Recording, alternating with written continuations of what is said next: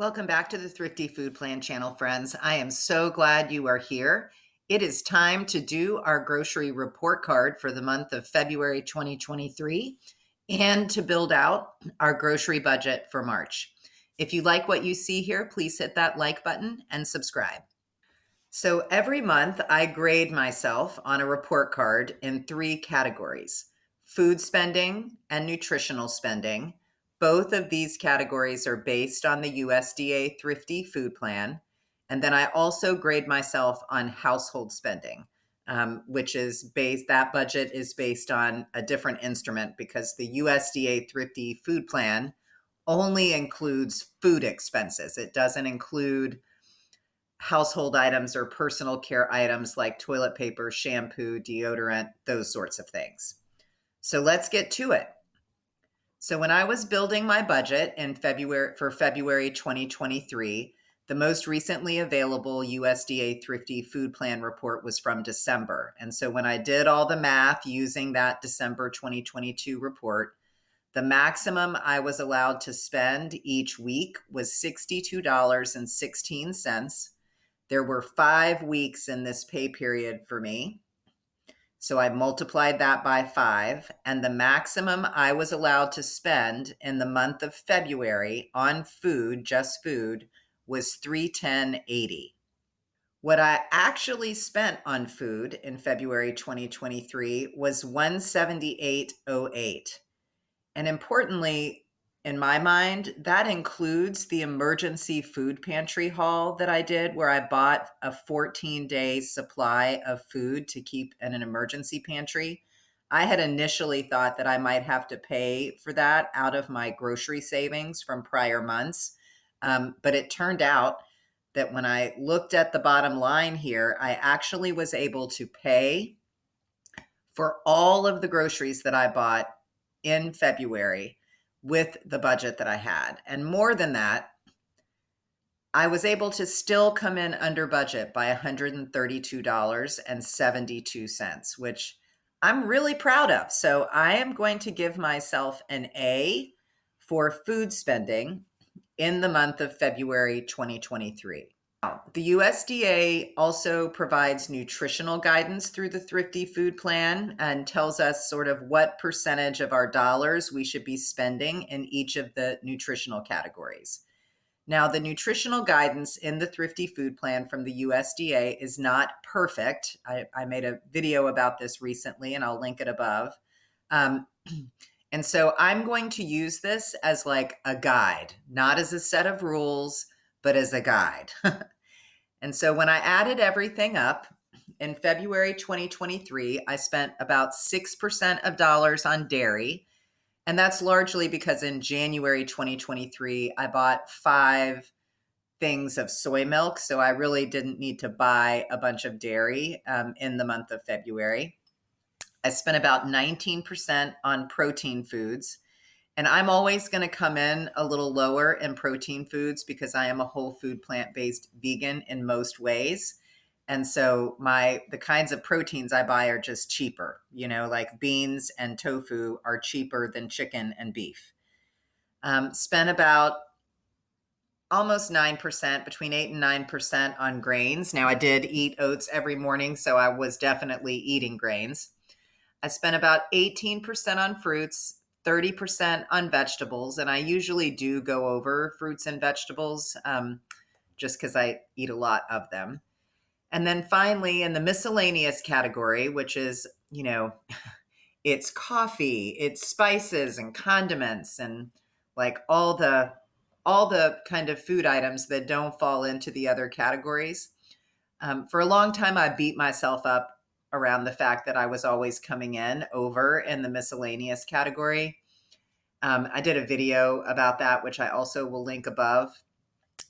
But I'm fine with my miscellaneous spending being above the guidance because in many ways, I'm not giving up my coffee, and the other stuff I buy in that category is stuff that makes my food taste good. And plus, as you can see, my February miscellaneous expenses did go down compared to my miscellaneous expense in January. So I can feel pretty good about that. So overall, I am going to give myself an A for nutritional spending. There are some variations here, but generally I feel like I did pretty good. And then finally, for household spending, and I will put a link above to the video I made about a data-based way to calculate or estimate your household spending costs. But based on that, because it uses data from the Bureau of Labor Statistics, that's what BLS is here. Based on that, for one person, my budget for household and personal items should be $12.95 per week. There were 5 weeks, which means that my allowable expenditures for household and personal items was $64.75 in the month of February. What I actually spent was $30.45. And I would just point out that a large share of what I did spend happened in shop 2 when I actually had to buy like a replacement water filter for my refrigerator. So that was it was a majority of my expense. And even with that outsized expense, I did manage to come in under budget here by $34.30. So again, I'm giving myself an A for household spending. My overall report card for February 2023, I am giving myself an A in food spending, an A in nutritional spending, and an A in household spending. Down in the comments, please ask all of you to give me your feedback down there. Do these feel like fair grades to you? Or do you feel like I'm inflating my grades, right? Like, my nutritional spending did not fully align with the guidelines. So should my grade be lower there? Please give me all of your pushes and feedback in the comments below, because I do learn every time you all share things with me, and you help me evolve and develop my thinking. So please give me feedback on my self-grading here, whether you believe that I inflated my grades or the grades are appropriate. And now it is time to build the budget for March 2023. Let's get to it. All right, let's build out the grocery budget for the month of March 2023. The most recently available USDA Thrifty plan is from January 2023. So that is what I am going to build my budget based off of. The first thing I need to just know and do is that there will be 2 weeks in this month where it will be just me. And then there are going to be 2 weeks when I'm going to be with the college phenom. So need to budget some extra money to ensure that I can feed her too. And so I'm going to start by seeing what the January 2022-2023 Thrifty Food Plan allocates for me as a 51 to 50-year-old woman. My base allotment is $52.20. Put $52.20 right here.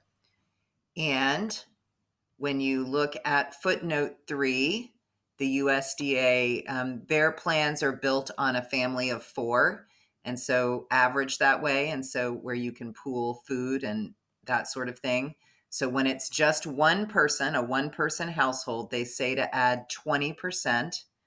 So I am going to multiply 52.20 by 0.2, which would give me an extra $10.44. So when I add those two things together, my total maximum weekly food spend when it is just me is $62.64. So again, for me as a 51 to 70-year-old female, the base allotment is $52.20. So I'm going to plop that in here. I need to look up what the base allotment is for a 14 to 19-year-old, and she is a female. She identifies as female. For a 14 to 19-year-old female, so when I look here, her base allotment is $56.90. So the subtotal there is 109.10 in the weeks that the college phenom and I are together. Now, the USDA does say, again, because they build off of a 4-person family, and we're talking about just 2 people, when it is a 2-person household, they say to add 10%. So I am going to multiply 109.10 by 0.1, which adds up to 1091. I'm going to add 109.10 and 1091. So in the weeks that the college phenom and I are together, the maximum I will be allowed to spend in those weeks is 120.01. And I'm then going to say, okay, so there are 2 weeks when it's just going to be me. So I'm going to multiply 62.64 by 2. And then I'm going to add 2 weeks where it's me and the college phenom. So I'm going to multiply 120.01 by 2. And that is going to bring my grand food total for the month of March to $365.30. Okay. So when I go to the grocery store, I also buy most of my household items there, some like toilet paper, toothpaste, cleaning supplies. And I did a budget about a month ago about a data-based way to look at household and personal items. And based on that, I am going to, the base amount each week for that, if I'm being thrifty, is $12.95. And I'm going to multiply that by 4 because there are 4 weeks. So my maximum amount I'm going to be allowed to spend this month on personal and household items is $51.80.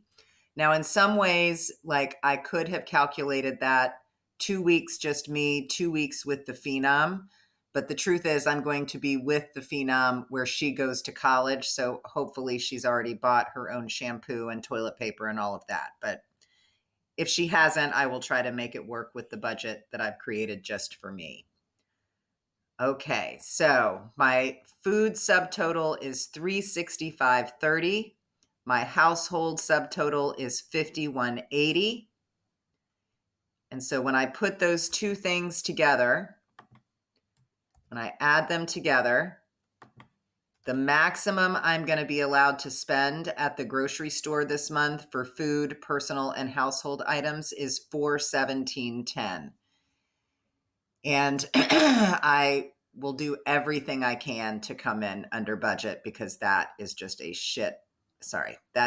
ton of money. That's a ton of money. All right, friends. So that is my budget report card for February 2023. I gave myself an A in food spending, an A in nutritional spending, and an A in household spending. Again, put your comments down below about whether you think I have wildly inflated my grades or need to be thinking about them differently. And I'd also appreciate any feedback you have for me on the budget that I have put together for March 2023. So for example, I didn't include any household spending for the college phenom because I'm going to her where she goes to college and I'm assuming she already has all of her household supplies.